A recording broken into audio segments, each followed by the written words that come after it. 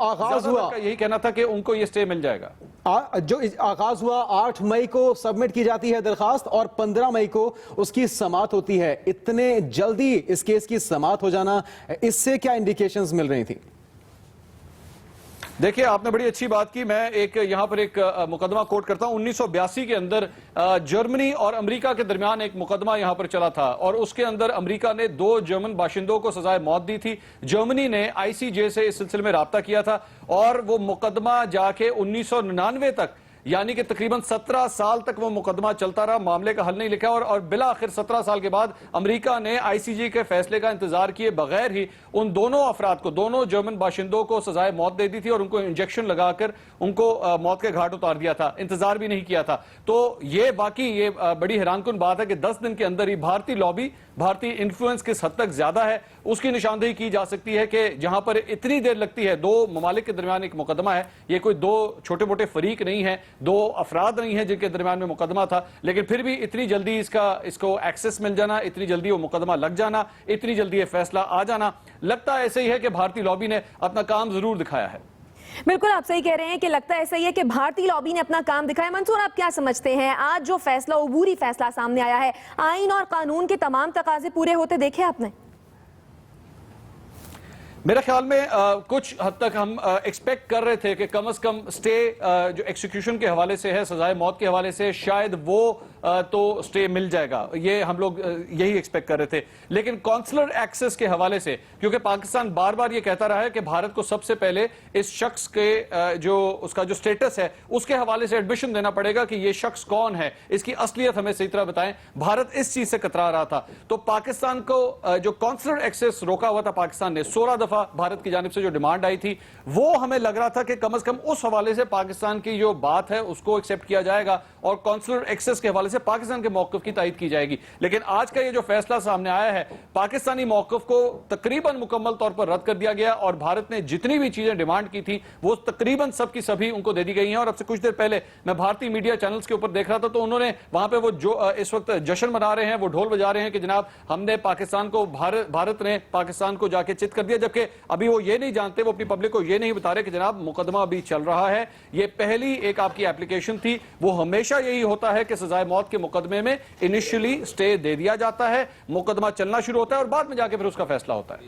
बिल्कुल, आपने ठीक कहा कि भारत का ये पुराना तरीका वारदात है कि वो झूठ को भी इस अंदाज में बोलता है कि उसका सच का गुमान होता है। लेकिन अभी अगर हम बात करते हैं कि हम आपसे मंसूर साहब मजीद भी आपकी राय लेंगे, जस्टिस शाइक उस्मानी साहब ने हमें ज्वाइन किया, माहिराना राय भी हम शामिल कर लेते हैं। जस्टिस साहब, आपके ख्याल में इब्तिदाई फैसला जिसका आगाज हुआ है, भारत का मौक़िफ़ तस्लीम किया गया कि यह केस काबिल समाअत है, पाकिस्तान का अब भी मौक़िफ़ और जो सबूत पाकिस्तान के पास मौजूद हैं, कितना पाकिस्तान के हक में बेहतर है?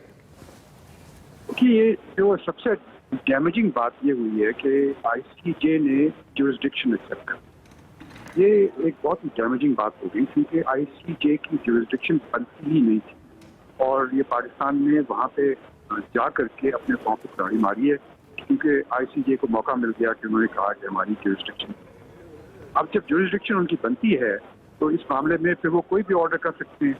अब उन्होंने ऑर्डर कर दिया कि वो फांसी उसको नहीं लगा सकते, तो वो फांसी नहीं लगा सकता पाकिस्तान जब तक कि वो आईसीजे अपना जो स्टे ऑर्डर है वो उसको लिफ्ट न कर ले। तो ये तो एक किस्म से समझ लें कि पाकिस्तान के खिलाफ ही फैसला हो गया और वैसे भी पाकिस्तान ने कहा हुआ था कि अगस्त तक तो हम फांसी नहीं लगा रहे हैं, लेकिन अब अगस्त के बाद भी अगर फांसी लगाना चाहें तो पाकिस्तान की बहुत मुश्किल होगी। हेलो जस्टिस साहब, आपके ख्याल में अभी पाकिस्तान को, जिस तरह आप कह रहे हैं कि ये दायरे इख्तियार में ही नहीं आता था आईसीजे के, अभी क्या करना चाहिए पाकिस्तान को इस केस की मजबूती के लिए और आगे भारत अपना प्रेशर डेवलप ना कर पाया आईसीजे पे, हमें क्या करना होगा? अब तो पाकिस्तान ने, मैंने आपसे कहा ना, जिससे आपने पाँव पर कुल्हाड़ी मारी, अब आपने जब उनके सामने चले गए और आपने आर्ग्यू किया और उन्होंने क्या किया कि ज्यूरिसडिक्शन हमारी बनती है, तो अब आप इनकार नहीं कर सकते उनकी ज्यूरिसडिक्शन। जब फैसला हो गया तो ये तो एक बड़ी गलती, टेक्निकल बड़ी गलती है। अब तो पाकिस्तान के लिए बहुत ही खराब हालात है। पाकिस्तान के लिए इस वक्त अच्छा शुगुन नहीं है क्योंकि आगाज में हुआ है। मंसूर साहब, आप क्या समझते हैं, और आप भी अगर पूछना चाहें जस्टिस साहब से कोई सवाल, क्योंकि उनका कहना है कि ये दायरा इख्तियार में नहीं आता था आईसीजे के, लेकिन इसके बावजूद इस केस को काबिल समाअत करार दिया गया है। क्या लग रहा है कि कोई सॉफ्ट कॉर्नर रखा जाएगा भारत के लिए? मंसूर साहब।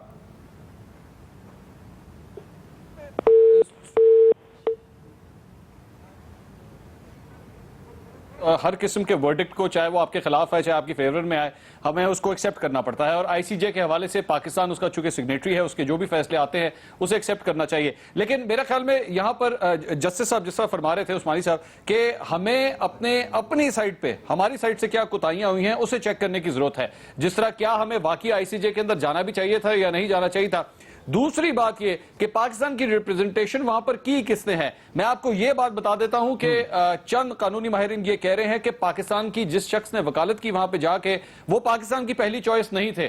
3 मुख्तलिफ और साहिबान थे जो कि फर्स्ट चॉइसेस के तौर पे सामने आ रहे थे, लेकिन इन साहब को जिन्होंने जो वकालत की पाकिस्तान की जाके, इनका नाम खैर सामने आ गया। इसकी बहुत बड़ी वजह यह थी कि इनका ओरिजिन पाकिस्तान का है। बहरहाल क्या यह मुकदमा सही तरह लड़ने में कामयाब हुए या नहीं हुए, अब सवालिया निशानात सामने आते हैं। लेकिन स्टिल अगेन मैं दोबारा उसी बात पे आता हूं कि ये अभी सिर्फ एक पहली फाइट थी। The battle is still going on, the battle has not been won. ये मुकदमा अभी चलना है। हां, जिस तरह उस्मानी साहब ने कहा कि जुरिस्डिक्शन की जहां तक बात आ गई है, तो पाकिस्तान के हवाले से आज से पहले भी एक दफा इस तरह मुकदमा होता, तब भी पाकिस्तान और भारत ही आमने सामने थे। 1999 की बात है। तब पाकिस्तान ने तब भी जुरिस्डिक्शन की बात की थी, भारत ने भी जुरिस्डिक्शन की बात की थी, लेकिन उसे रद्द कर दिया गया था। इस बार पाकिस्तान को यह कहा गया कि नहीं, जुरिस्डिक्शन में आता है और अब यह मुकदमा आगे चलेगा। यह वाकई खतरे की बात है। ठीक है मंसूर साहब, हमें डॉक्टर रिफत हुसैन ज्वाइन किया है, दिफाई तजियाकार हैं। डॉक्टर साहब, आपके ख्याल में आगाज में, जैसा मंसूर साहब भी कह रहे हैं कि हमें डिसहार्ट नहीं होना चाहिए क्योंकि अभी ये आगाज है और कानून के तकाजे यकीनन आईसीजे की जानिब से पूरे किए जाएंगे, लेकिन क्या हमारा केस स्ट्रांग नहीं था जिस तरह से हमारा मौक़िफ़ बयान किया गया, जिसके बाद इस केस को काबिल समाअत करार दिया गया आईसीजे की जानिब से? जी देखिए, ये कहना कि हमारा केस या वो स्ट्रांग नहीं था, वो गलत बात होगी। Pakistan was well within its rights to seek ICJ's intervention in the matter. ये अलग बात है कि हमारी जो आर्गुमेंट जो थी, जो हमारा जो प्रेजेंटेशन अब आवर केस था, वो कोई इतना मुनासिब नहीं था। इस किस्म के जो क्रिमिनल जज हैं, जिनको आपकी मुल्की अदालत जिनको सजा दे चुकी है, उसके हवाले से वो जब इंटरनेशनल कोर्ट ऑफ जस्टिस के अंदर केस जाता है, तो उसके हवाले से क्या दलाइल किस किस्म के देने चाहिए थे। तो मेरे ख्याल में पाकिस्तान को अभी भी इस केस का फैसला जाहिर है कि वो शॉर्ट ऑर्डर की शक्ल में आया है, और उस हवाले से वो जो भी फैसला आया है, इट्स सेटबैक फॉर पाकिस्तान। इस चीज को हमें मान लेना चाहिए। लेकिन आपको लगता है कि कानून के तकाजे पूरे करेगी आईसीजे और किसी किस्म का कोई नरम रवैया नहीं अपनाया जाएगा भारत के केस को लेकर? देखिए ना, उन्होंने बड़ा क्लियरली अपने वर्डिक्ट में कहा है, मैं पढ़ देता हूं, Pakistan should take all measures to ensure that mister Jadhav is not executed till the final decision of this court. तो इसका मतलब ये है कि वो कोर्ट का फैसला अगर 6 महीने तक या 1 साल तक नहीं भी आता, तो पाकिस्तान के ऊपर लाजमी है कि वो उनकी एग्जीक्यूशन के वो ना करे। और वो मुझे लगता है कि, और ये भी कोई गारंटी नहीं है कि जो फाइनल डिसीजन कोर्ट का आएगा, it will necessarily be in favour of Pakistan. सही। मंसूर साहब, जिस तरह अदालत की जानिब से आज अपने फैसले में कहा भी गया कि इस केस को जल्दी सुनना होगा, तो जल्दी सुनना कितना जरूरी है और ये क्या पाकिस्तान के हक में जाएगा या भारत के हक में जा सकता है? देखिए, इसमें सबसे इंपॉर्टेंट बात यह है कि अभी कुलभूषण यादव को अपील का हक पाकिस्तानी अदालतों के अंदर भी है। अभी वो ऑप्शन भी एग्जॉस्ट होना बाकी है। इसके साथ साथ सदर पाकिस्तान से भी वो क्लेमेंसी की अपील कर सकते हैं, रहम की अपील कर सकते हैं अपनी सजा के खिलाफ। तो जो आईसीजे का आज का ये जो फैसला है, उसके अंदर वो डायरेक्शन तो नहीं देता क्लियरली, लेकिन इशारा इस तरफ ये जरूर करता है कि इस किस्म के तमाम ऑप्शंस को पहले एग्जॉस्ट जरूर किया जाए। इस तरह जब वो पूरा एक प्रोसेस कंप्लीट होता है, पाकिस्तान अपनी तरफ से कॉन्सुलर एक्सेस भी भारतीय सफारतकारों को दे देता है कुलभूषण यादव तक, तो मेरे ख्याल में तब पाकिस्तान का केस मजबूत होगा। वो इस वजह से मजबूत होगा कि इस किस्म के तमाम डिप्लोमेटिक जो टाइज होते हैं उसमें आपने जो सिग्नेचर्स किए होते हैं बायलैटरल टाइज के हवाले से, वो तमाम मामला को आप कंप्लीट कर देते हैं और उसके बाद जब इस किस्म के आप किसी इंटरनेशनल कोर्ट के अंदर जाते हैं तो वो तमाम जो पॉइंट्स होते हैं वो चेकलिस्ट के ऊपर चेक हो चुके होते हैं ताकि आपका केस मजीद स्ट्रांग हो सके। आज के इस केस के अंदर जो दो वीकनेसेस थी पाकिस्तान की जानिब से, एक तो सजाए मौत, जिस तरह मैंने पहले कहा था कि सजाए मौत के हवाले से यूरोपियन जजेस बहुत सेंसिटिव होते हैं और यूरोपियन यूनियन से ताल्लुक रखने वाले जो जजेस जिन मुल्कों से वो ताल्लुक रखते हैं वहां सजाए मौत को बहुत बुरा समझा जाता है, तो इसलिए वैसे ही उनकी सेंसिटिविटी बहुत ज्यादा होती है। और दूसरी बात ये कि वो ये चाहते हैं कि तमाम तर जो ऑप्शंस हैं उनको एग्जॉस्ट किया जाए पाकिस्तान के अंदर, ताकि इस शख्स को ह्यूमैनिटी के पॉइंट ऑफ व्यू से, ह्यूमन एंगल के पॉइंट ऑफ व्यू से तमाम तर वो चीजें मिल सके ताकि वो कल को भारत ये ना कह सके कि ह्यूमन राइट्स की किसी की वायलेशन हुई है। डॉक्टर साहब, क्योंकि हमारा उन फैक्ट्स को इस्तेमाल किया जाए to undermine Pakistan conviction of जो कुलभूषण यादव की कन्विक्शन है, तो इसके हवाले से मेरे ख्याल में एक तो उन्होंने पहली बार, मैं नहीं समझता कि पाकिस्तान के ऊपर आलमी दबाव जो है उसके अंदर कोई कमी आएगी। इंडिया इज लॉबिंग हार्ड और maybe they have lobbied the जजेस ऑफ द आईसीजे, और वो उसके हवाले से ये जो बात कर रहे थे ना कि डेथ पेनल्टी के हवाले से, तो मेरे ख्याल में आपको डेथ पेनल्टी के अंदर आपकी लोकल जो रेमेडीज है वो एग्जॉस्ट होनी अभी बाकी हैं, कुछ स्टेप्स हैं, लेकिन मेरे ख्याल में उससे कुछ ज्यादा फर्क जो है वो केस के फैसले की नौयत के हवाले से मेरे ख्याल में it will be wrong to expect के वो आईसीजे का फैसला जो है वो किसी सूरत में भी पाकिस्तान के हक में जाएगा, और मेरे ख्याल में Pakistan has to live with unfortunate reality. तो हम भी यही रखते हैं। मंसूर साहब, आपके ख्याल में कितना लाजिम होगा पाकिस्तान के लिए आईसीजे के जो भी फैसला आता है उस पर अमल दरामद? दोनों मुल्कों का भी पूछना चाहूंगा, और पाकिस्तान अगर उस पर अमल दरामद नहीं करता तो फिर उसके नताइज, उसके असरात क्या हो सकते हैं? नहीं, मेरे ख्याल में ऐसा मुमकिन तो नहीं है कि पाकिस्तान उसके ऊपर अमल ना करे। पाकिस्तान को अमल तो करना पड़ेगा और करना चाहिए भी है, लेकिन दूसरी बात यह कि इस चीज के अंदर थोड़ी सी जो चीजें हैं वो पाकिस्तान की फेवर में भी हुई हैं।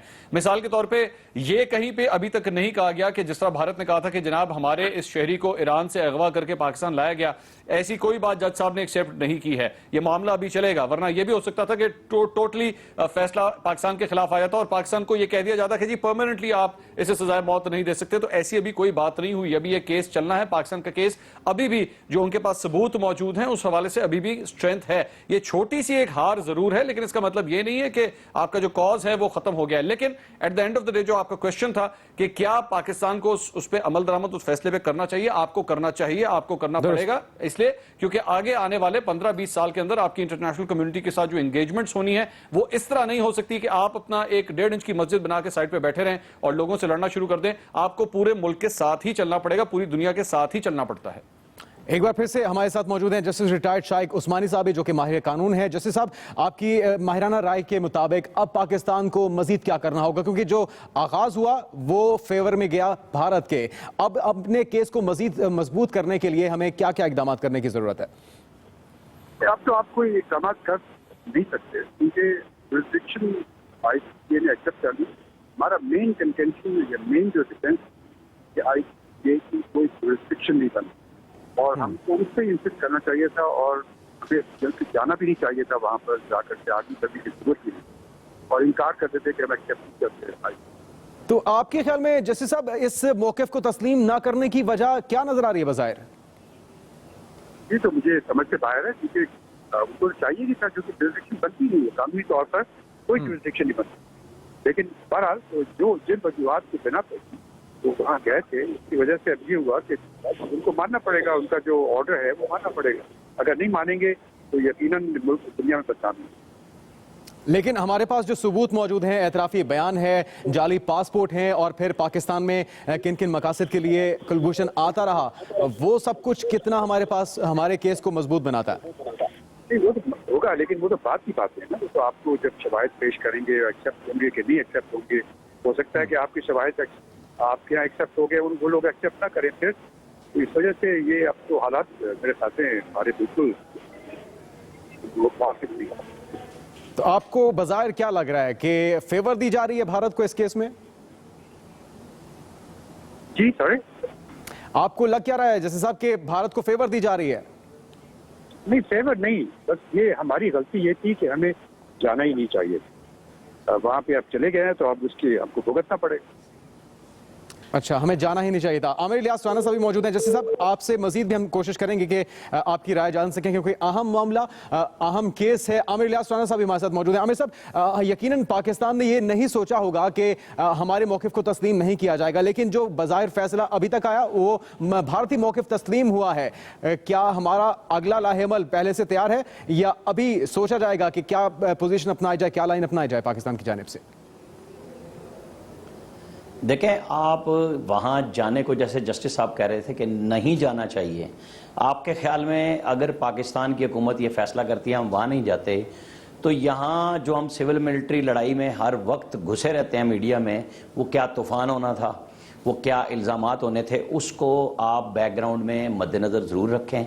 पाकिस्तान ने सोचा, पाकिस्तान ने मीटिंग की, पाकिस्तान ने वकला हायर किए, फॉरेन ऑफिस, सब ने वो सबूत देखे, बातचीत की, यूएनओ में भी गए पहले, फिर फाइनली फांसी की सज़ा हुई। और वो ये पहले से पता था कि उसको फ़ायदा होगा इस पे, जब वो इस पे जाएंगे जिसकी बुनियाद पे उन्हें हुक्म इम्तनाई भी मिल गया। अब है क्योंकि अख्तर साहब वहाँ पे मौजूद हैं, फॉरेन ऑफिस में इस वक्त एक हाई लेवल मीटिंग सरताज अजीज़ साहब की सरबराही में हो रही है कि इस पे फॉरेन ऑफिस का क्या मौक़िफ़ होगा, वो कुछ देर में अपनी इस मीटिंग के बाद शायद जारी कर देंगे कि पाकिस्तान का आइंदा का लाहेअमल क्या होगा। और चूँकि इसके अलावा तो कोई चारा नहीं है कि आप उस वक्त तक रुकेंगे। और आपने भी खुद कहा, इस फैसले में भी जजेस बता रहे थे कि पाकिस्तान के मुशीर खारजा ने ये बात बताई थी कि अभी उनके पास अपील का हक़ है और वो 5 महीने के करीब बनता है कि एक अपील है और फिर सदर पाकिस्तान के पास रैम की अपील है कि वो है, टाइम है, अब क्या हम एक्सेस देंगे, डिले करेंगे, या हम पहले सारे अपने अदालती फैसले पूरे करेंगे और उसके बाद कुछ ऐसा रास्ता देंगे कि उसको कुलभूषण यादव को कौंसलर एक्सेस दी जाए और वो किस लेवल पे दी जाए, कौन लोग मिल सकेंगे, क्या बातचीत होगी। तो ये बड़ा हसास मामला है। जो सबूत मौजूद हैं उनको एक दफ़ा फिर परखा भी जाएगा, क्योंकि अभी ये बात उन्होंने कही है जजेस ने कि ये नहीं है कि हमने इंडिया का मौक़िफ़ तस्लीम कर लिया है, लेकिन अर्जेंसी उन्होंने मान ली कि जी हुक्म इम्तनाई दे दिया जाए कि कहीं उनको फांसी ना हो जाए। तो इसीलिए इंडिया भागम भाग वहाँ पहुँचा था। और पहले नतीजतन एक लॉबी भी थी। आपको पता है कि इस वक्त खित्ते में अमरीका की तरफ से वो एक थानेदार बनने की पूरी ट्राई में है, अमरीका उसकी हेल्प कर रहा है। खित्ते की डायमेंशन जो चेंज हो रही है, आप देखें ना कि हम चाइना के साथ खड़े हो रहे हैं, तो हमें जहां अपने इक्तिसादी फायदे देखने हैं, पाकिस्तान की आम आदमी के लिए गवर्नमेंट्स काम कर रही हैं, फौज काम कर रही है, रद्दुल फसाद है, फिर एक फौज पूरी तैयार की गई है, चैलेंजेस हैं और साथ में ये केस भी अपनी जगह, तो ये उन सबको साथ लेके चलना है। बिल्कुल ठीक है। मंसूर साहब, जो बात जस्टिस रिटायर्ड शाइक उस्मानी साहब ने की कि हमें जाना ही नहीं चाहिए था, हमारी गलती ये है, आपकी राय के मुताबिक क्या ये ऑप्शन पाकिस्तान के पास थी कि हम जाएं ही ना? नहीं, मेरा नहीं ख्याल। मैं डिसएग्री करता हूं। जज साहब ऑब्वियसली लीगल मैटर्स के अंदर, लीगल माइंड्स के अंदर मैं उनका मुकाबला नहीं कर सकता। वे बहुत सीनियर हैं और एक नाम जाना हुआ नाम है। लेकिन मैं डिप्लोमेटिक के हवाले से एनालिटिकली मैं इस बात से डिसएग्री करता हूं कि इस तरह नहीं होता। आमिर साहब जिस तरह फरमा रहे थे, लोकल पॉलिटिकल प्रेशर्स होते हैं और ख़ास तौर पर कुलभूषण यादव के हवाले से अगर पाकिस्तान ना जाता तो आप हमारे वज़ीर आज़म नवाज शरीफ, जिनके ऊपर बार बार फजूल किस्म के इल्ज़ामात लगाए जाते हैं भारतीय लॉबी के हवाले से, आप जरा सोचिए कि किस किस्म के इल्ज़ामात उनके ऊपर लगने थे। लीगल मैटर्स हैं, हमें किसी किस्म की कंस्पिरेसी थ्योरीज में जकड़ने की अपने आप को जरूरत नहीं है। होता है लीगल मैटर्स के अंदर। मैं दोबारा यही बात करूंगा, किसी भी लीगल एक्सपर्ट से आप ये पूछ लीजिए, सजाए मौत अगर किसी शख्स को हमारे पाकिस्तानी कानून के अंदर भी अगर दी जाती है और उसके बाद वो नेक्स्ट कोर्ट में अपील करता है, तो कोर्ट सबसे पहले उसे स्टे देता है, उसे कहता है कि भाई आपको अभी सजाए मौत नहीं दी जाएगी जब तक मुकदमा आगे नहीं चलता। ये बड़ा एक रूटीन का जुडिशियल मामला है, ये किसी किस्म की ढोल बजाने वाली बात नहीं है भारत के पास। ये बड़ा नॉर्मल एक लीगल प्रोसीजर है। इसी तरह ही होता है, पहले स्टे मिलता है, फिर केस चलता है, फिर केस का फैसला आना है। वो भी स्टेज बहुत दूर है, अभी किसी किस्म की भारत को शादियाने बजाने की जरूरत नहीं है। बिल्कुल ठीक। जनरल रिटायर्ड मोइनुद्दीन हैदर ने भी हमें ज्वाइन किया है। मोइनुद्दीन साहब, एक्सप्रेस न्यूज को वक्त देने के लिए बेहद शुक्रिया। आज आलमी अदालत का जो फैसला सामने आया है कुलभूषण केस के हवाले से, क्या समझते हैं आप, क्या पाकिस्तान भरपूर तरीके से अपना मौक़िफ़ पेश नहीं कर सका आलमी अदालत इंसाफ में? पाकिस्तान ने अपना मौक़िफ़ पेश किया है और अदालत ने अपनी विजडम में अपना एक फैसला किया है जो कि एक इंटरिम फैसला है। फिलहाल तो उन्होंने ये कहा कि फांसी की सजा पर अमल दरामद रोक दे जब तक क्या फाइनल फैसला नहीं होता। और दूसरी बात यह है कि ये केस तो भी आगे चलेगा। पाकिस्तान देखिए, इसको सजा तो बहुत अरसे पहले फांसी की हो चुकी है, तो पाकिस्तान ने कौन से इसको फांसी पर चढ़ा दिया? क्योंकि हम भी ये बात कह रहे हैं, पहले भी ये बात तय पा चुकी है, हमेशा होती है पाकिस्तान में, कि इनके पास एक हायर कोर्ट में जाने की अपील का हक होता है, वो हक मौजूद है। और तीसरा ये है कि जब वहां से भी फांसी की सजा की तौसीक हो जाए तो आखिरी पर सदर पाकिस्तान के सामने रहम की अपील की जाती है। वो अक्सर लोगों की बाद उम्र कैद में तब्दील कर देते हैं। तो ये भी सारी कार्रवाई तो पाकिस्तान में भी होनी है। तो हिंदुस्तान को कोई इसके ऊपर ये समझने की कोई विक्ट्री हो गई वो नहीं है। और दूसरी बात यह है कि आप ये देखें कि यूनाइटेड नेशंस के बहुत सारे फैसले हैं, और ये तो एक जैली अदारा है ना, international court of justice United Nations का, लेकिन सिक्योरिटी काउंसिल सबसे मजबूत अदारा है, मजबूत।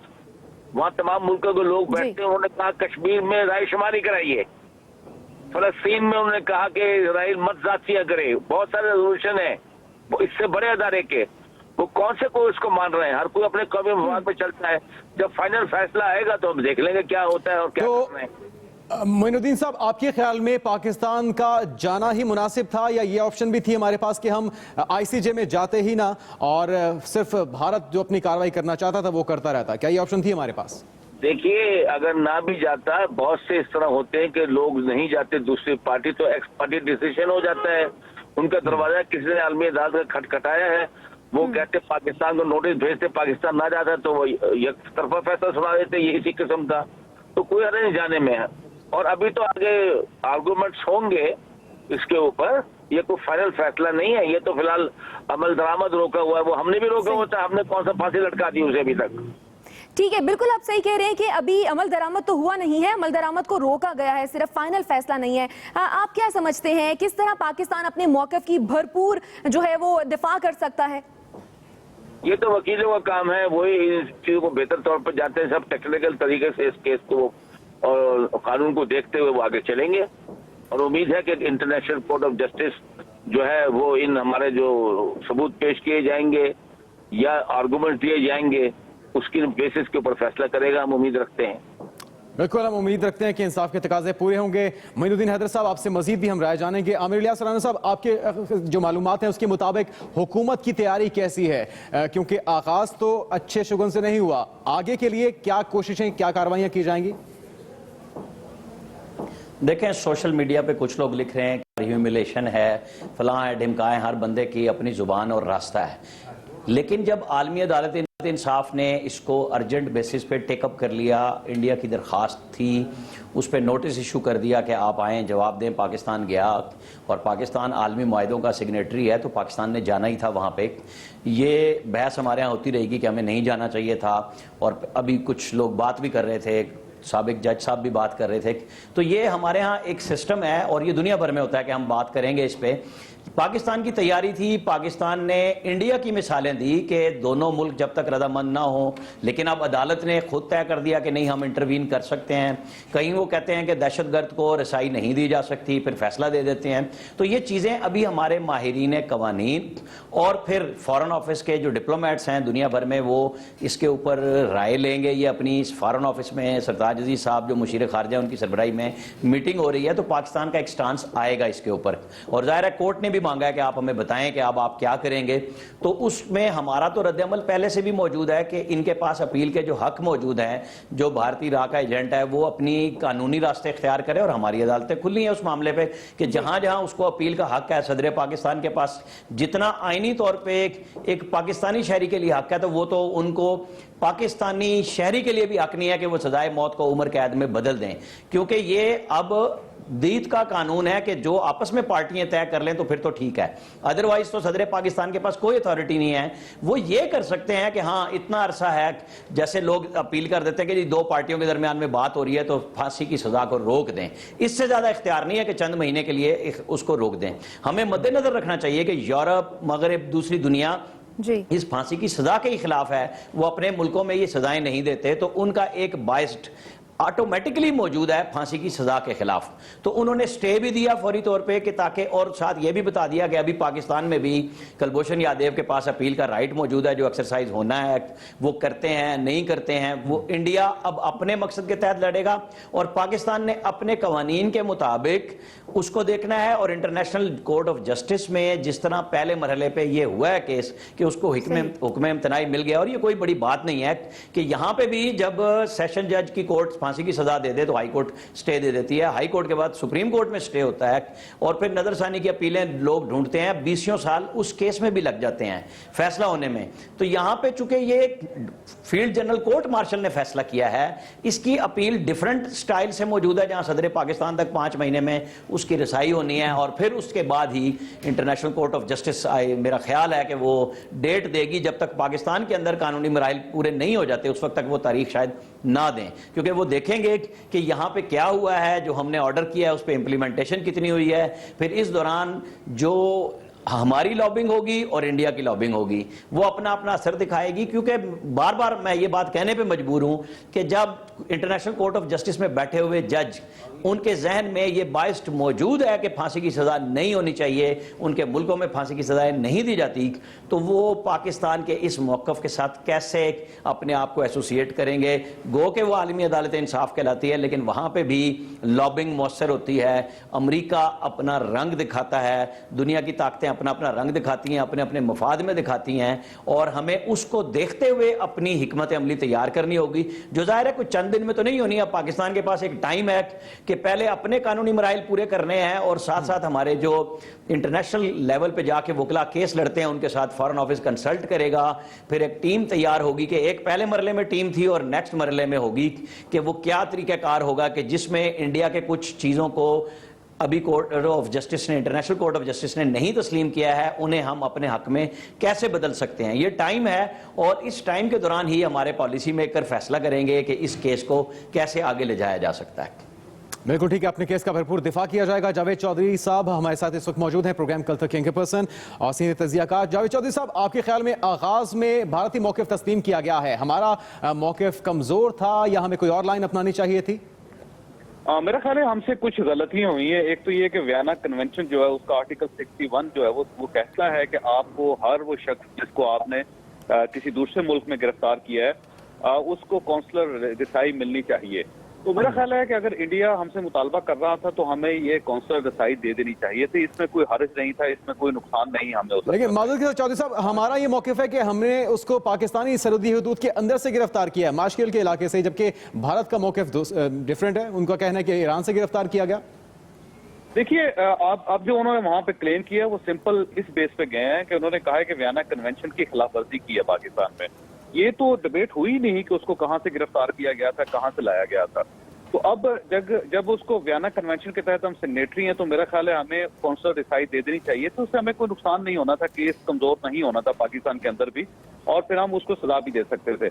अब हमारे पास दो इश्यूज हैं। एक तो ये है कि इंडिया जो इसको एक नॉर्मल मुल्ज़म के तौर पे ले रहा है, वो ये कह रहा है कि एक इंडियन शहरी है जिसको पाकिस्तान में या पाकिस्तान से बाहर गिरफ्तार करके पाकिस्तान ले जाया गया और उसे सजा मौत दे दी गई विदाउट कॉन्साई के।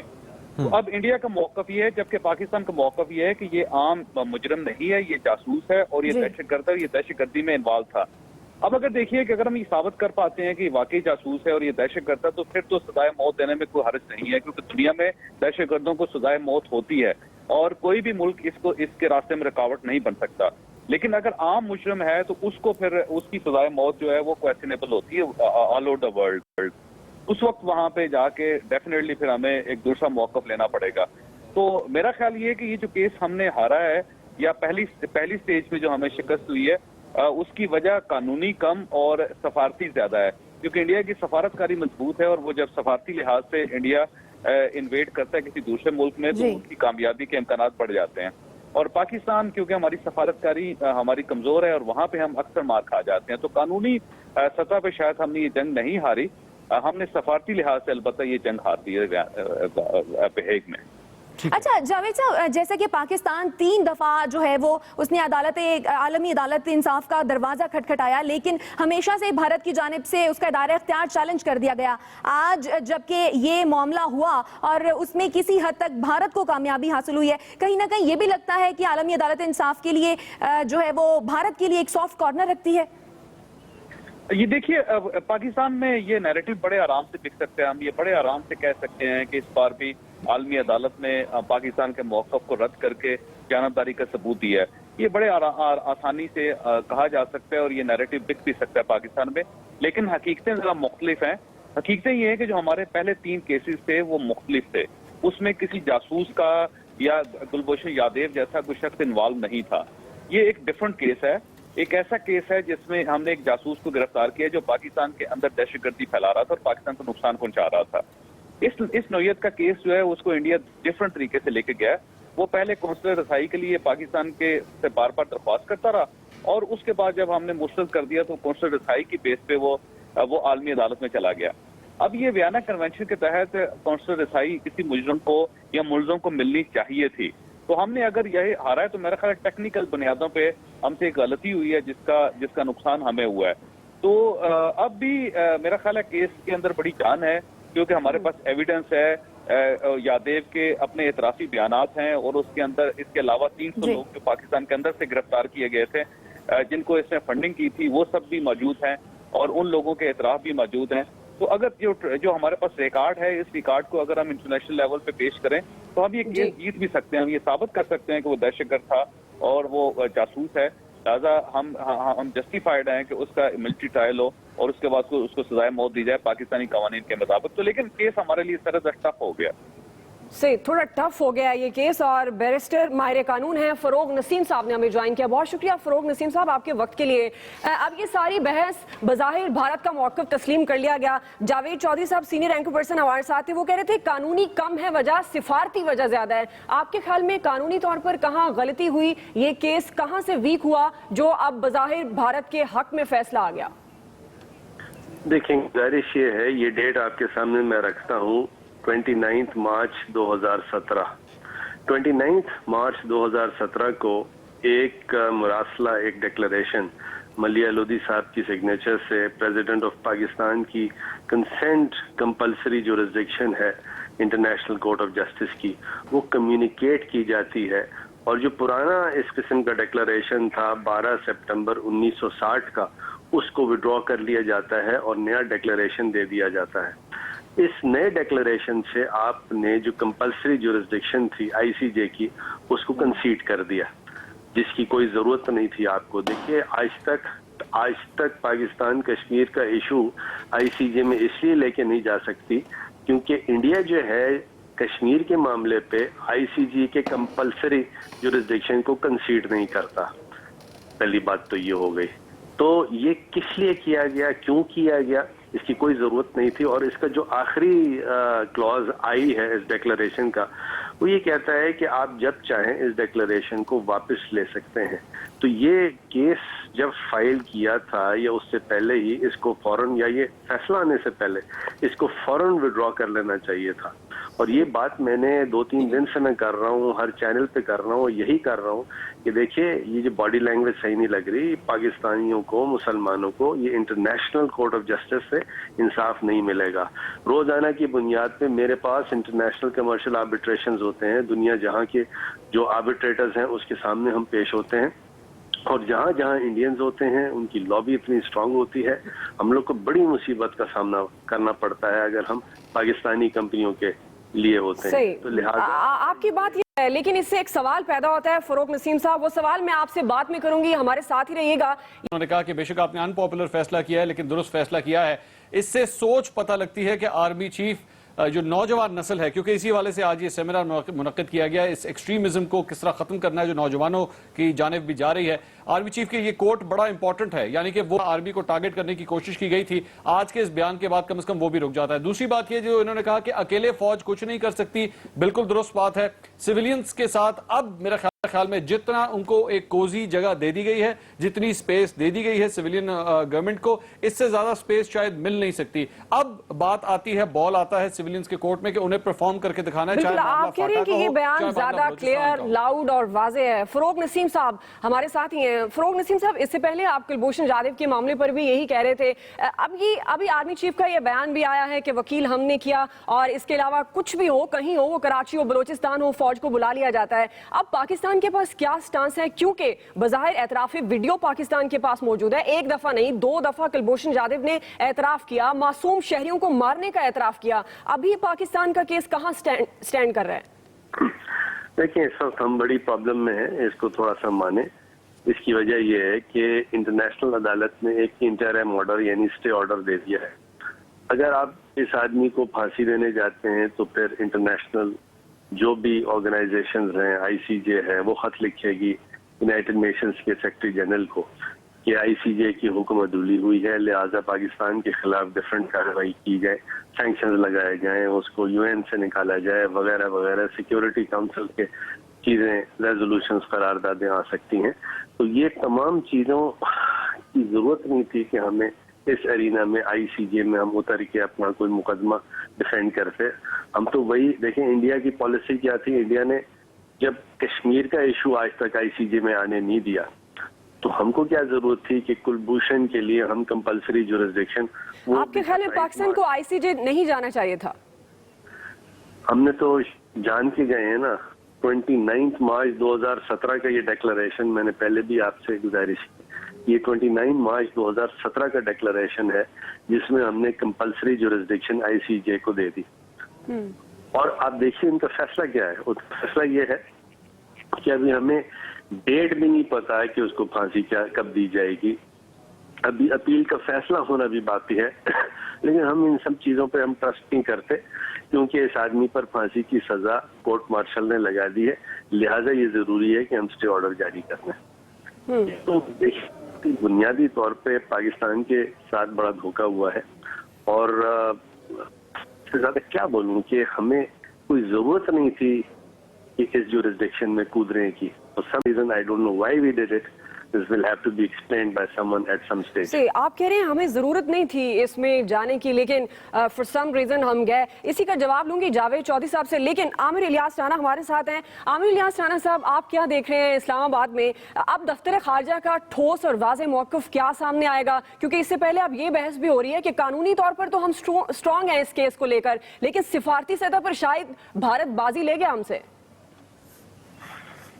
देखिए, फैसला तो आ चुका हुआ है ना कि स्टे मिल गया है, और अब फॉरेन ऑफिस एक फौरी रद्द-ए-अमल के लिए मीटिंग कर रहा है कि वो पब्लिक स्टांस क्या लेगा। ज़ाहिर है इस फैसले से इनकार नहीं कर सकता। जब हम जा चुके हैं वहाँ पे तो हमें इसके मानने का ऐलान ही करना है और अपना एक इयादा किया जाएगा जो हमने कोर्ट के अंदर पेश किया था कि जी हमारे कानूनी नुकात पे तो कोई फैसला नहीं आया, सिर्फ फांसी की सज़ा रोकी गई है।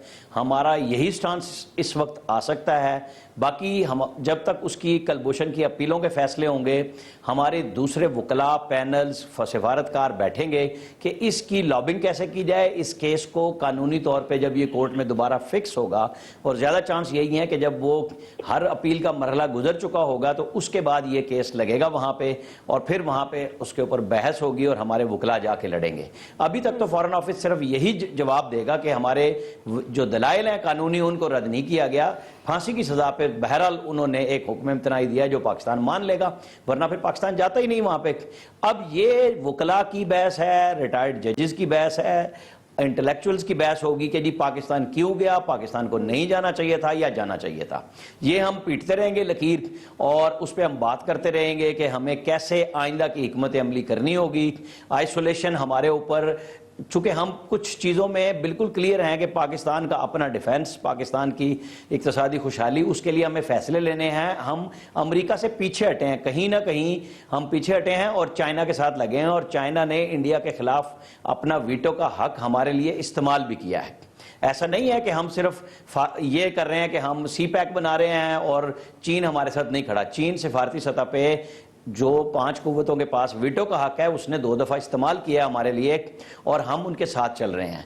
कुछ उनके साथ लॉबीज हैं, कुछ हमारे साथ होंगी। अब ये आइंदा सिफारती और कानूनी जंग पाकिस्तान के वकला को, पाकिस्तान के डिप्लोमेट्स को, हुकूमत को मिलकर लड़नी होगी। इससे बेहतर अंदाज से मजीद अच्छे दलाइल के साथ वहाँ पे आलमी अदालत में ले जाना होगा, और उसके लिए वक्त भी है, तैयारी भी करनी चाहिए, और इंटरनेशनल लॉबिंग वो बड़ी ज़रूरी है। और अब जैसे वज़ीर आज़म वहाँ जा रहे हैं सऊदी अरब, और वहाँ पे ट्रंप भी आ रहे हैं, मे बी इनकी मुलाकात भी हो जाए, लेकिन ज़्यादातर तो वो अपना खुतबा ही देंगे, और पाकिस्तान क्या मुसलमानों के हवाले से एक पॉलिसी बयान देंगे, जैसे अल-अज़हर यूनिवर्सिटी में ओबामा ने दिया था कि वो मुसलमानों के हवाले से क्या अब बात जो करते हैं। जंग है वो सिफारती और कानूनी सतह पर मिलकर हमें लड़नी होगी। इसी पर हम पहले भी बात कर रहे हैं कि सिफारती तौर पर हमें मजीद स्ट्रांग होने की जरूरत है। बैरिस्टर राशिद असलम साहब ने हमें ज्वाइन किया है, उन्हें भी गुफ्तगू में शामिल करते हैं। बहुत शुक्रिया राशिद असलम साहब आपके वक्त के लिए। वही पहला सवाल जो कि अब सबके जहन में आ रहा है, कहा यह जा रहा है कि पाकिस्तान को जाना ही नहीं चाहिए था ICJ में। आपके ख्याल में पाकिस्तान का जाना गलती था, क्योंकि स्ट्रांग एविडेंस पाकिस्तान के पास मौजूद है। कहाँ गलती हुई पाकिस्तान से कि जो अबूरी फैसला आया ICJ का वो भारत के हक में आया? देखिए, सबसे पहले तो जाना चाहिए था या नहीं। ऑब्वियसली वहां पे इंटरनेशनल कोर्ट ऑफ जस्टिस में अगर आप नहीं जाते तो समाअत तो फिर भी होनी थी। ऐसा अमेरिकन कुछ केसेस में हुआ है जिसमें अमेरिका ने उसमें शिरकत नहीं की, तो उसमें एक्स पार्टी जजमेंट हुई है उस पर। तो ऐसा नहीं हो सकता कि आप बिल्कुल जाए ना, या आप उनको खत लिख दें, जैसा पाकिस्तान में आजकल ये बात चल रही है कि खत लिखा जा सकता था या ऐसा कुछ था। ऐसा नहीं, आप उस प्लेटफॉर्म पे जाके उसकी जुरिस्डिक्शन को चैलेंज करते हो, जो पाकिस्तान ने किया। हाँ, जहाँ पे हमसे कुछ फ्लॉज रह गए हैं उसमें ये था कि हमारे पास 90 मिनट्स थे उस केस को एक्सप्लेन करने के, जिसको हमने सम अप 50 मिनट्स में कर दिया, 40 मिनट्स हमने लूज कर दिए। अब जो इंडिया का केस है वो 2 इश्यूज पे बेस करता था, एक BCCR Vienna convention on consular relations, दूसरा इंटरनेशनल ह्यूमन राइट्स लॉ, जिसपे पूरे यूरोप में एक सिंपैथी पाई जाती है in regards to capital punishment. अब जो इंटरनेशनल ह्यूमन राइट्स लॉ है उसमें जो जिनेवा कन्वेंशन जो 4th था 1949 में हुआ था, उसका आर्टिकल 5 उसमें बहुत क्लियर करता है इस सिचुएशन को कि जहाँ पे वो शख्स जिस फाइन में मुलव्वस हो, जिसपे SSP लॉ के अंडर कोई कन्विक्शंस हो, तो उस पे इंटरनेशनल ह्यूमन राइट्स लॉ लागू नहीं होता।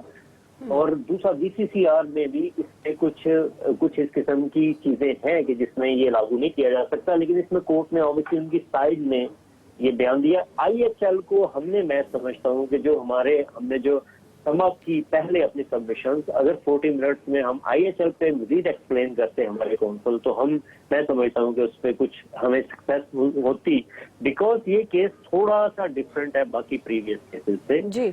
अब जैसे Pakistan being a responsible state under UN regulation 3073 अपना रिस्पॉन्सिबल किरदार पूरी दुनिया में अदा कर रहा है।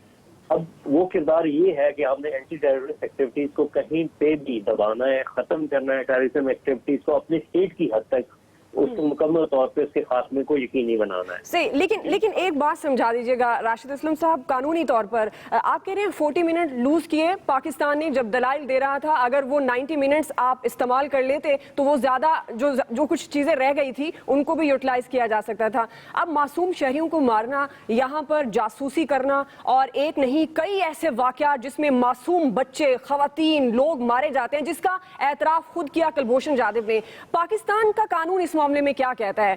क्या हम अपने आलमी अमन पर, दाखिली अमन पर कोई समझौता कर सकते हैं? जी, इसमें पाकिस्तान पीनल कोड की जो दफा 122, 123, 124 इसमें बहुत वाज़ेह है कि अगर कोई शख्स आके बाद से हमारे यहाँ की जो सुकून है उसको खत्म करता है, उसमें डिस्टर्बेंस क्रिएट करता है या हमारे शहरियों को मारता है, तो उसको पाकिस्तान पीनल कोड के तहत सजा दी जाएगी। और इसी बेसिस पे ये मुकदमा चला। अब इसमें पूरी सिचुएशन में अगर आप देखें नेशनल सिक्योरिटी के मेयर्स में हमने जो डिक्लेरेशन 2017 में सबमिट किया था, हमने उसमें क्लियर किया था कि नेशनल सिक्योरिटी के जो मामलात में उसमें ICJ की जो दायरा इख्तियार है उसको हम तस्लीम नहीं करेंगे। मैं नहीं समझता कि हमने इस पे बहुत ज्यादा आर्गूमेंट दिए हैं वहां पे इंटरनेशनल कोर्ट ऑफ जस्टिस में। मिस्टर खावर कुरैशी हो सकता है कि टाइम की कमी की वजह से वो दलाइल मुकम्मल ना कर सके हों, क्योंकि 5 दिन से हमारे पास तैयारी के लिए मैं समझता हूँ कम वक्त था और इंडिया ने बहुत भरपूर तैयारी की हुई थी। दूसरी बात यह है कि यूरोप में ऑब्वियसली इंडिया का इन्फ्लुएंस ज्यादा है पाकिस्तान की निस्बत, ये भी एक फैक्टर हो सकता है, बहुत सारे फैक्टर्स हैं। लेकिन आगे अब जो हेयरिंग हो रही है उस पर हमें कंसंट्रेट करने की जरूरत है कि हम मुकम्मल तैयारी के साथ उसमें जाएं। अभी इसमें ऑब्वियसली टाइम लगेगा, 3, 4 या 5 माह के बाद हियरिंग आएगी। नॉर्मली ये होता है कि 6 या 7 माह के बाद की हियरिंग पड़ती है इंटरनेशनल कोर्ट ऑफ जस्टिस में, तो वहां पे हमें मुकम्मल तैयारी के साथ जाना चाहिए। बड़ी अच्छी बात की आपने कि आगे के लिए हमें मुकम्मल तैयारी के साथ जाना चाहिए। जावेद चौधरी साहब, गुफ्तगू आप सुन रहे हैं, राशिद असलम साहब बैरिस्टर, उनका कहना यह है कि अब हमें आगे जो है वो अच्छी तैयारी के साथ जाना चाहिए। आपके ख्याल में सिफारती कानूनी सतह पर आइंदा की हिकमत अमली पाकिस्तान को क्या होनी चाहिए? क्योंकि अगर हमने 40 मिनट लूज भी किए हैं लेकिन बहुत ज्यादा और स्ट्रॉन्ग एविडेंस पाकिस्तान के पास मौजूद है। जावेद चौधरी साहब जी, आप देखिए इसमें एक चीज बड़ी इंपॉर्टेंट है जिसका जिक्र आर्मी चीफ साहब ने भी आज किया है। उन्होंने कहा है कि वकील हमने किया था। ये एक पहले ये बात अमूमन की जाती थी कि कुलभूषण यादव पे फॉरेन ऑफिस और फौज के दरमियान एक डिवाइड है, क्योंकि फॉरेन ऑफिस ये बार बार ये कह रहा था कि आप हमें कुलभूषण यादव के बारे में मुकम्मल मटीरियल फराहम करें ताकि हम डोजियर दे सकें। आपको याद होगा कि डोजियर बहुत लेट दिया गया था इंटरनेशनल लेवल पे, इंटरनेशनल कम्युनिटी को और यूएन में भी।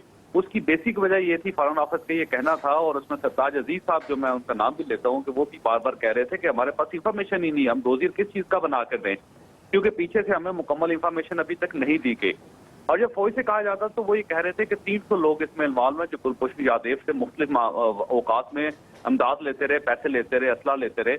हम जब तक उनको गिरफ्तार नहीं कर लेते, हम उनका नेटवर्क नहीं तोड़ लेते, हम मुकम्मल इंफॉर्मेशन पास हम नहीं कर सकते, क्योंकि इससे फिर वो सब लोग फरार हो जाएंगे और हमें नुकसान होगा। इस दौरान जो एक डिवाइड पैदा हुई दोनों में, वो डिवाइड आज तक कायम है। अब यूं महसूस होता है कि फॉरेन ऑफिस सारे मामले से अलग हो गया है और वो ये कहता है कि क्योंकि ये फौज ने खुद किया और फौज ही इसी को डिफेंड करे, इसीलिए शायद आर्मी चीफ का आज ये कहना था कि वकील भी हमने किया था। अब जब ये डिवाइड होगी तो फिर इंटरनेशनल लेवल पे पाकिस्तान को नुकसान भी होगा। सबसे पहले पाकिस्तान को ये करना चाहिए, हुकूमत पाकिस्तान को, कि वो एक पेज पे तो आए, वो फौज को और फॉरेन ऑफिस को दोनों को एक जगह पे बिठाए। बिठाने के बाद वकील किसी इदारे को नहीं करना चाहिए, हुकूमत पाकिस्तान को करना चाहिए। और अच्छे पैनलिस्ट हमारे पास मौजूद हैं, हम सब लोगों को उस पैनल में शामिल करें, 5, 6, 7, 8, 10 वकील हम करें जो इंटरनेशनल लेवल पे मुख्तलिफ किस्म के केस लड़ चुके हों। हमारे अपने बहुत से ऐसे वकील पाकिस्तानी हैं जो इंग्लैंड में काम कर रहे हैं, जो अमेरिका में काम कर रहे हैं, वो बड़ी बड़ी लॉ फर्म्स के साथ एसोसिएट है। उन सबको बिठाया जाए और बिठा के एक बड़ा पैनल बना के फिर हम इस केस को दोबारा प्रोसीड करें वहां पे जाके, तब जाके हम इस केस को जीत सकेंगे। अगर हम इसी तरह एक डिवाइड के साथ अगर इंटरनेशनल लेवल पे जाएंगे तो पाकिस्तान को बहुत हजीमत का सामना करना पड़ेगा, जिससे जो सामने आ रहा है, जिसका हम रोज मुजाहरा देख रहे हैं। तो कुलभूषण यादव एक बहुत बड़ा टेस्ट केस है पाकिस्तान की यूनिटी के लिए। तो मेरा ख्याल ये है कि सारे इदारों को बैठ के इस केस को लड़ना चाहिए। अगर हमने इसी तरह डिवाइड रहे तो फिर हमें इंटरनेशनली बहुत नुकसान होगा और ये कुलभूषण यादव को हमें छोड़ना भी पड़ेगा और उसके साथ साथ हमें बदनामी के हार भी अपने गले में पहनने पड़ेंगे। तो हुकूमत को फौरन नोटिस लेना चाहिए सारी चीजों को और एक जगह बैठ के एक बड़ा फैसला करना चाहिए और पूरी तैयारी के साथ हमें दोबारा इंटरनेशनल कोर्ट ऑफ जस्टिस में जाना चाहिए।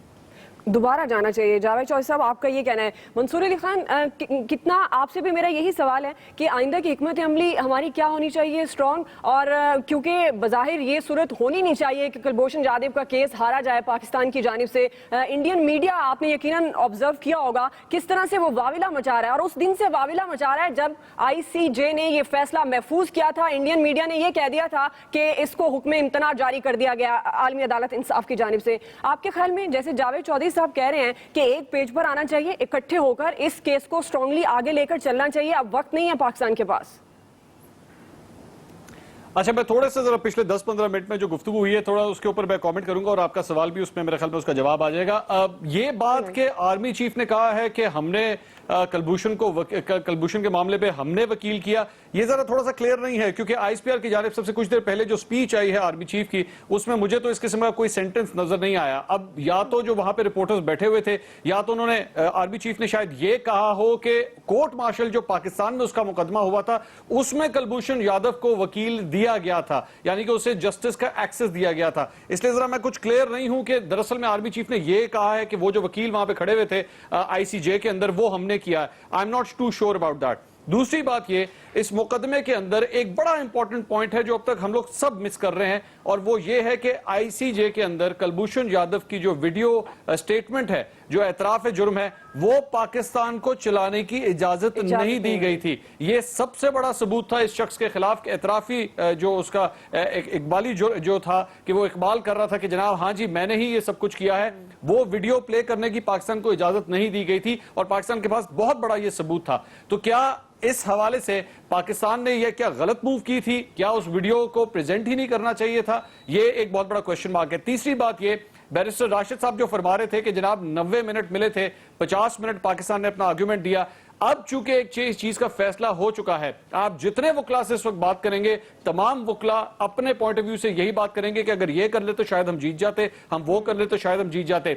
आई थिंक आईसीजे के अंदर जाने से पहले पाकिस्तान के फॉरेन ऑफिस ने पूरी तरह सर जोड़कर ही वो बैठे होंगे, बगैर तैयारी के तो कोई नहीं गया होगा। अगर ये सिर्फ कहा जाए कि जनाब 5 दिन इनके पास थे, 5 दिन में तैयारी नहीं हो सकती थी, ऐसी कोई बात नहीं है। कुलभूषण के हवाले को पता था, हमारा फॉरेन ऑफिस कम से कम इतनी तो अकल रखता है कि उसे पता है कि 1 हफ्ते के बाद क्या होना है, 1 महीने के बाद क्या होना है, 6 महीने के बाद क्या होना है, सारे स्टेप्स का पता होता है। पूरी तरह तैयारी के साथ ही गए हुए थे। सिर्फ पॉइंट इतना है कि जो सबूत आपने ले जाके पेश किए, उसमें जो सबसे बड़ा सबूत था वो था उसका एतराफी बयान, उसकी वीडियो चलाने की इजाजत नहीं दी गई थी। एक्सेप्ट कीजिए इस चीज को, हो चुका है, एक छोटी सी डिफीट हुई है, आगे चलिए। अभी केस आगे बहुत लंबा पड़ा है, अभी केस मजीद बेहतर तैयारी करें, मजीद बेहतर कार्रवाई करें। और सबसे इंपॉर्टेंट बात, जहां बात आती है सजाए मौत की, मैं अभी भी ये कहता हूं, हो सकता है आगे जाके भी हो सकता है ये पाकिस्तान के खिलाफ फैसला आ जाए, लेकिन पाकिस्तान की जीत सबसे इंपॉर्टेंट ये होगी कि वहां पे कोर्ट के अंदर ये चीज एक्सेप्ट कर ली जाए कि हां ये शख्स पाकिस्तान के अंदर जासूसी करने के लिए आया हुआ था,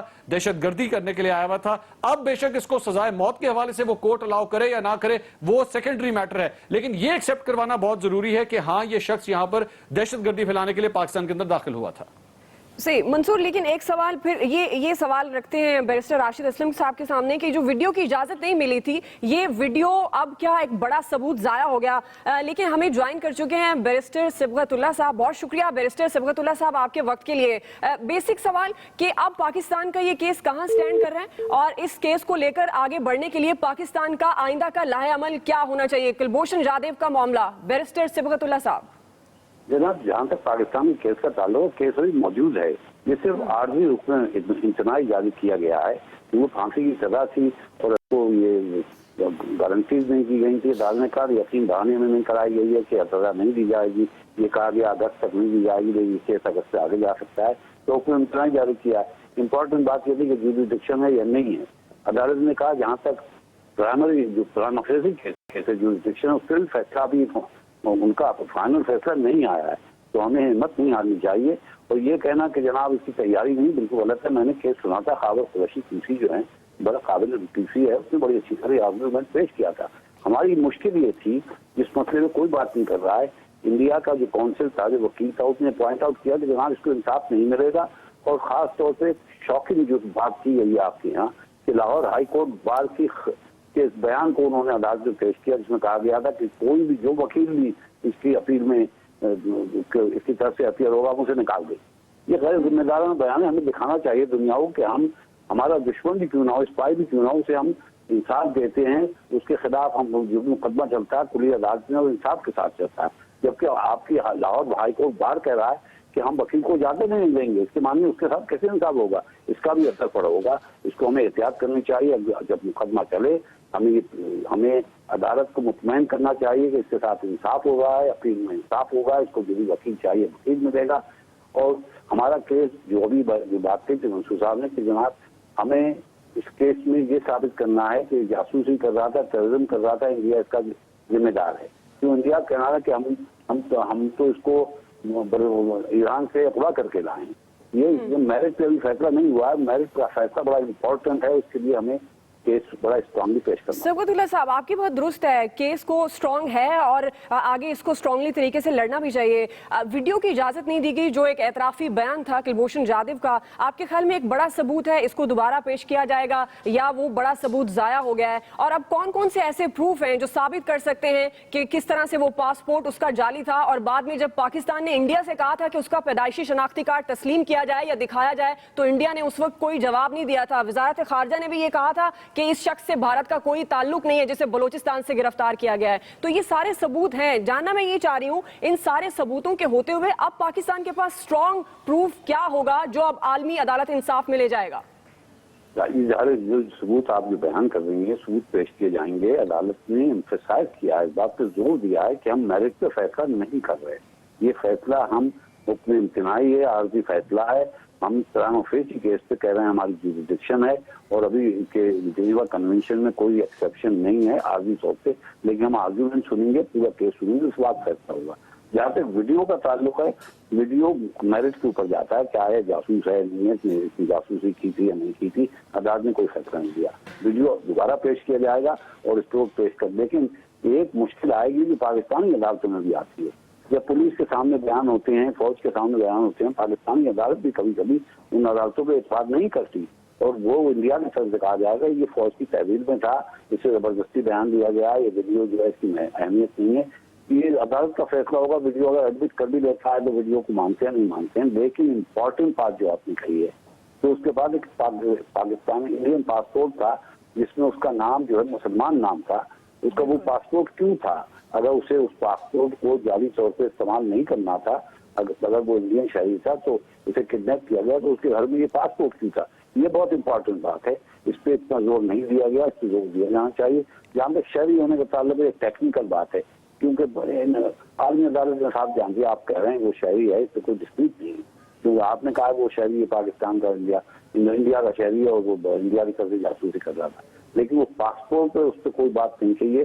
पासपोर्ट बड़ा इंपॉर्टेंट पॉइंट है, मुझसे ही जीत सकते से आमिर इलियास राना साहब, अब ये भी बात है कि अब जब आगे बढ़ना है तो उसके लिए कितने स्ट्रॉन्ग एविडेंस हो सकते हैं और किस तरीके से हम वहाँ पेश कर सकते हैं। तो आपके ख्याल में अब जो इदारों का एक पेज पर, जो जावेद चौधरी साहब ने भी बात की कि एक पेज पर आना बहुत जरूरी है, जब तक इदारे एक पेज पर नहीं आएंगे हम अपना केस स्ट्रांगली नहीं लड़ सकते। तो आपके ख्याल में कितने मुमकिन इकदाम हो सकते हैं गवर्नमेंट ऑफ पाकिस्तान की जानिब से, जाहिर है फौज की जानिब से, जो कि आर्मी चीफ का बयान भी सामने रखिएगा, कितने मुमकिन इकदाम लिए जा सकते हैं? अब देखिए, मैंने स्टार्ट में ये बात कही थी कि जब बात हो रही थी कि पाकिस्तान को जाना चाहिए था या नहीं जाना चाहिए, तो मैंने कहा था कि सिविल मिलिट्री रिलेशनशिप में देखें कि अगर पाकिस्तान नहीं जाता तो यहाँ क्या कोहराम बचना था।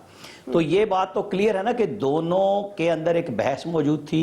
और जैसे जावेद चौधरी साहब ने कहा कि जी सरताज अजीज साहब का बयान था, बात थी उनकी कि जी हमें सबूत देंगे तो हम आगे लेके जाएंगे। तो ये तो हमारे अंदर की बहस है। अब हम आगे हैं इंटरनेशनल कोर्ट में, वहां पे अब मेरिट्स पे फैसला होगा जब ये हमारे यहाँ हतमी तौर पे तय हो जाएगा कि इसको फांसी की सजा दी जानी है, रहम की अपील तक खारिज हो चुकी हो, फैसला हो जाएगा, उसके बाद वहां डेट लगेगी। हमारे पास अब ये टाइम मौजूद है कि जो पॉइंट्स माहिरीन कवानीन, अब हम अपने स्क्रीन पे भी लेके आ रहे हैं, लोगों को राय आ रही है, उनकी डिप्लोमेट्स की राय आएगी, उसके मुताबिक एक प्रॉपर फैसला बनाएं, केस तैयार करें। और उसमें वही होगा कि पासपोर्ट जो उसके 2 बनाए गए, 3 बनाए गए, तो हमें तो उसको जासूस साबित करना है। फांसी देना या ना देना ये बाद की बात है। पहला हमारा ये है जोर कि ये जासूस था, रा का एजेंट है, और इसने आके पाकिस्तान में मासूम शहरियों की, सिविल आर्म फोर्सेस की जानें ली हैं और उनके लिए प्लानिंग की है, लोगों को पैसा दिया है। ईरान से बैठ के काम कर रहा था, पाकिस्तान में आके काम कर रहा था, इंडिया जाता था, आता था। ये सब चीजें अब हमने उस रैकेट को इंटरनेशनल कोर्ट ऑफ जस्टिस में लाना है। हमारा अब केस चुके मेरिट्स पे अब शुरू होगा। और ये बात तो पहले मंसूर ने भी कही कि जी हुक्म तनाई तो हर अदालत देती है, तो ठीक है, वो उसने भी दे दिया।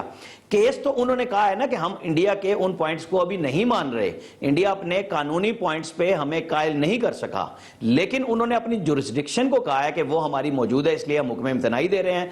अब ये काम होगा कि अगर अगस्त सितंबर में जाके इसकी अपीलों का टाइम खत्म हो जाता है, इस दौरान कौंसलर एक्सेस का क्या फैसला होगा, हम देंगे, हम रोकेंगे, या हम ये वेट करेंगे कि नहीं, जब केस के मेरिट्स शुरू होंगे तो हम वहां पे जाके इसके ऊपर बात करना करना चाहेंगे कि जासूस के ये राइट्स नहीं बनते कि उसे काउंसलर एक्सेस दी जाए। उसके ऊपर हमारी तैयारी होनी चाहिए भरपूर अंदाज से।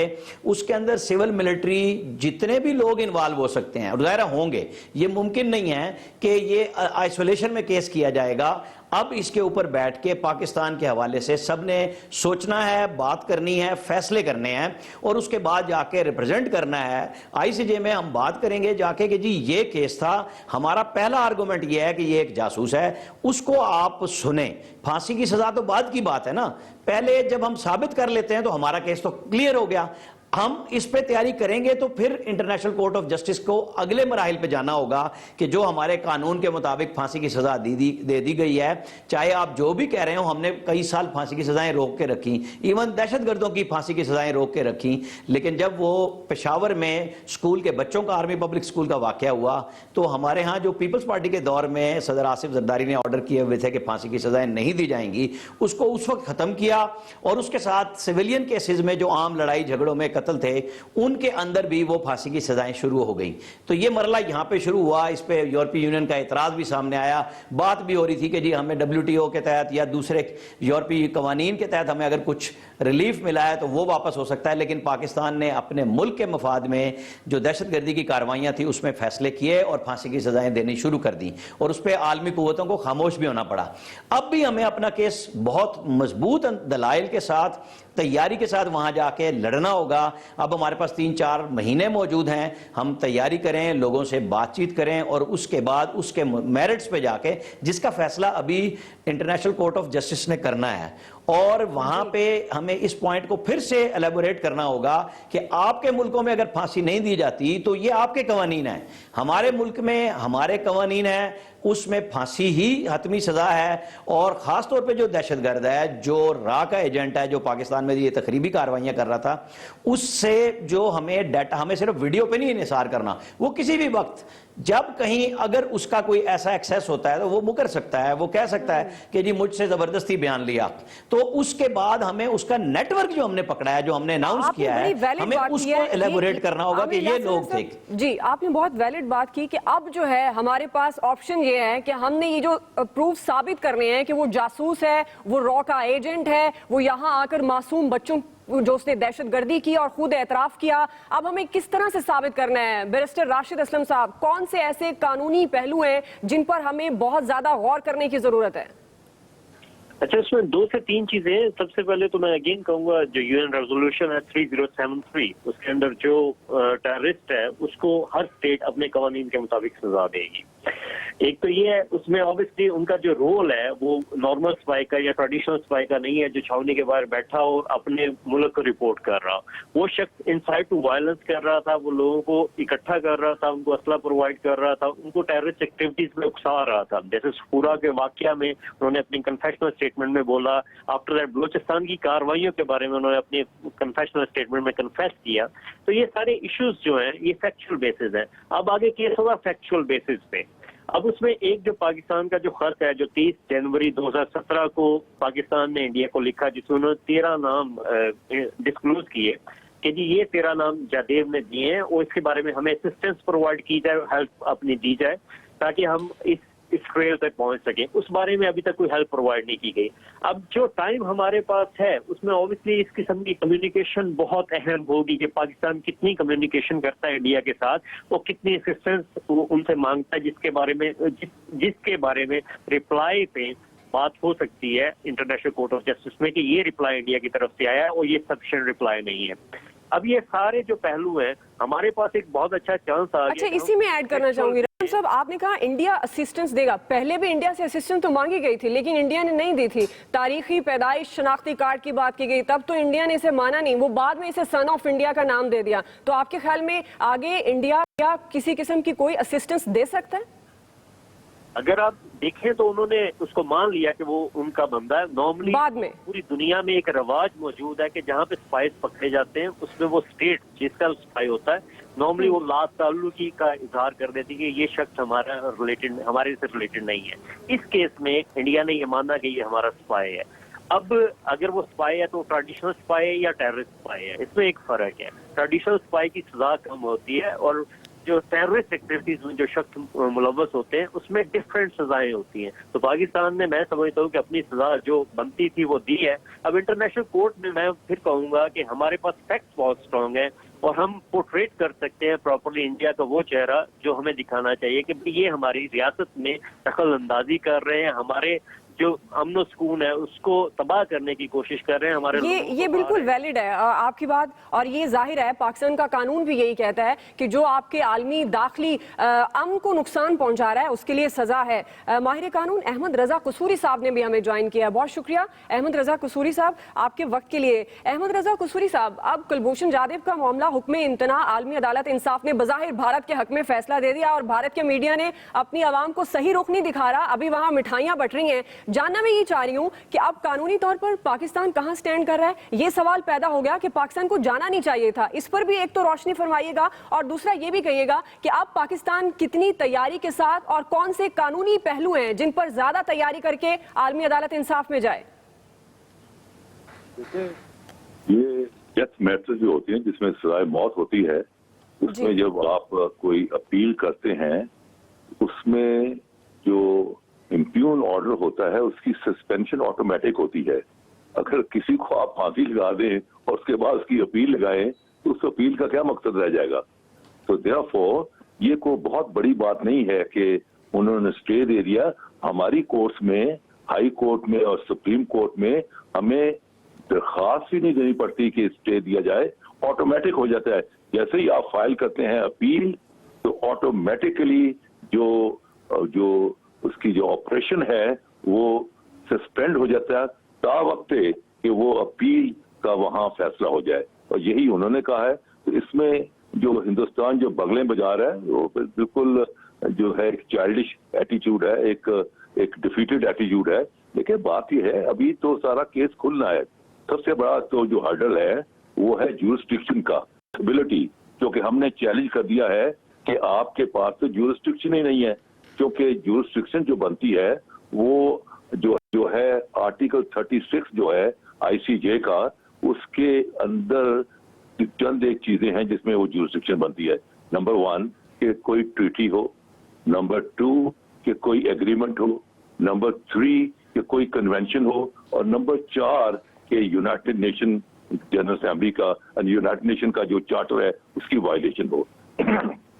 अब जहां तक ताल्लुक रहा कि एग्रीमेंट, यस हमारा एक एग्रीमेंट है 28 मई 2008 का, लेकिन उस एग्रीमेंट में ये ऐसी कोई शख्स शामिल नहीं है कि जो शख्स जो है जो टेररिस्ट है, एक टेररिस्ट रोल में पाकिस्तान में आया हुआ हो और वो पाकिस्तान में तबाही मचा रहा हो और उसको 41 बिलियन रुपीस के फंडिंग हुई हो और उसने अपने एस्टेब्लिश किए हों अपने हेडक्वार्टर इन चाबहार एंड अपना बंदर अब्बास में, वहां से वो ऑपरेट कर रहा हो और अपना एक फिक्टिशियस नाम बना के हुसैन पटेल नाम रखे एक नए फिक्टिशियस पासपोर्ट के जरिए ऑपरेट हो रहा हो और वो पकड़ा भी जाए पाकिस्तान में चमन के पास एक गांव में, तो उस पर जब पूरा एविडेंस उस पर लीड किया गया, उसने जो कन्फेशनल स्टेटमेंट दिए कि किस तरह से वो जो BLA बलोच लिबरेशन आर्मी और